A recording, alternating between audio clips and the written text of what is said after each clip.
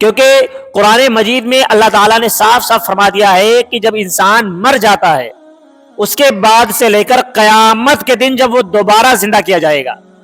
دوبارہ زندہ کرنے کے متعلق ایک بات آپ لوگوں کو بتا دیں کہ یہ مومن کا عقیدہ ہونا چاہیے کہ مرنے کے بعد دوبارہ زندہ ہونا ہے. کیونکہ جو اسلامی عقائد ہیں اس میں یہ بات بھی آتی ہے کہ والبعث بعد الموت، والبعث بعد الموت یعنی مرنے کے بعد دوبارہ زندہ ہونا، اس بات پر بھی ایمان لانا ضروری ہے. اگر کوئی شخص یہ کہے کہ مرنے کے بعد دوبارہ زندہ نہیں ہونا ہے تو وہ انسان کافر ہے. کیا ہو جائے گا؟ وہ انسان کافر ہو جائے گا اگر کوئی شخص یہ کہے کہ مرنے کے بعد دوبارہ زندہ نہیں ہونا ہے. اس لیے ہمیں اس بات پر بھی عقیدہ رکھنا پڑے گا کہ مرنے کے بعد دوبارہ زندہ ہونا ہے. دوبارہ زندہ ہونے کا مسئلہ کیا ہے کہ جب ہم قبر میں جائیں گے، ہماری روح دنیا میں پرواز کر گئی، روح جسم سے نکال لی گئی، ہمارا جسم جو ہے وہ مردہ ہو گیا، بے جان ہو گیا. بچوں کو ذرا خاموش کرا دے کوئی. ہمارا جسم مردہ ہو گیا. اب ہمارے جسم کو جب قبر میں رکھ دیا جاتا ہے وہاں پر تو روح آ گئی، اس پر قیامت تک کے لیے یعنی جب تک قیامت آئے گی وہ زندگی جو رہتی ہے وہ برزخ کی زندگی کہلاتی ہے. برزخ کے معنی آتے ہیں آڑ کے، ایک پردے کے.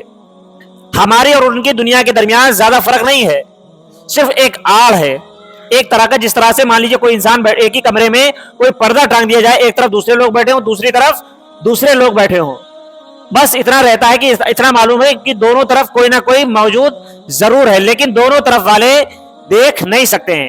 لیکن یہاں پر اس کا حال کچھ ایسا ہے کہ برزخ کی زندگی کو انسانوں اور جناتوں کے علاوہ اللہ کی باقی مخلوق جتنی بھی ہے، چاہے وہ جانور ہوں چاہے وہ چرند پرند کوئی بھی ہو، جب قبر میں کسی بندے پر عذاب ہو رہا ہوتا ہے تو انسانوں اور جناتوں کے علاوہ باقی ہر جانور، ہر جاندار اس چیز کو دیکھتا ہے. آپ نے کئی مرتبہ ایسا دیکھا ہوگا جو جنگلوں میں بھینسیاں وغیرہ یا بکریاں وغیرہ چرانے جاتے ہیں، کئی مرتبہ ایسا ہوتا ہے کہ جانور بھاگنے لگتے ہیں. قبروں کے پاس سے اکثر جانور بہت تیزی سے گھبرا کر بھاگنے لگتے ہیں، ایسا لگتا ہے کہ ان کو کسی نے دوڑا دیا ہو، ان کو کسی نے بھگا دیا ہو. ایسا دیکھتے ہوں گے آپ لوگ، جو لوگ بکریاں وغیرہ یا بھینسی وغیرہ چرانے جاتے ہیں ان لوگوں نے اکثر یہ چیزیں نوٹس کی ہوں گی. وہاں پر ہوتا یہی ہے کہ جب جانور قبروں پر پہنچتے ہیں انہیں محسوس ہوتا ہے کہ بندے پر عذاب ہو رہا ہے.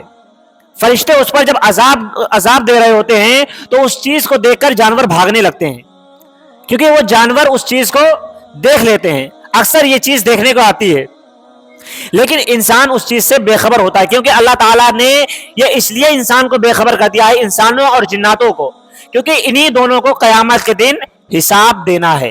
قبر میں جا کر انہی دو قوموں کو، انہی دو لوگوں کو حساب دینا پڑے گا.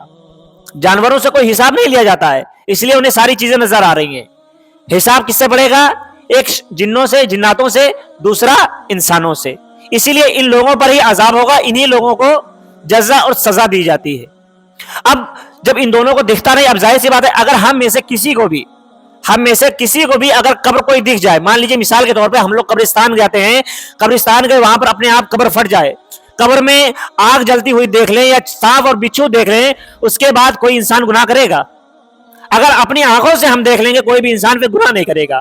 سننے کے بعد تو ہم لوگ گناہ کرتے رہتے ہیں، ہمیں لاکھ معلوم ہو کہ قبر میں کیا ہونے والا ہے، اس کے باوجود ہم گناہ کرتے رہتے ہیں. لیکن اگر ہمیں یہ چیز معلوم نہ ہو کہ قبر میں کیا ہوگا، ہم اپنی آنکھوں سے جب دیکھ لیں گے پھر ہم گناہ کو چھوڑ دیں گے.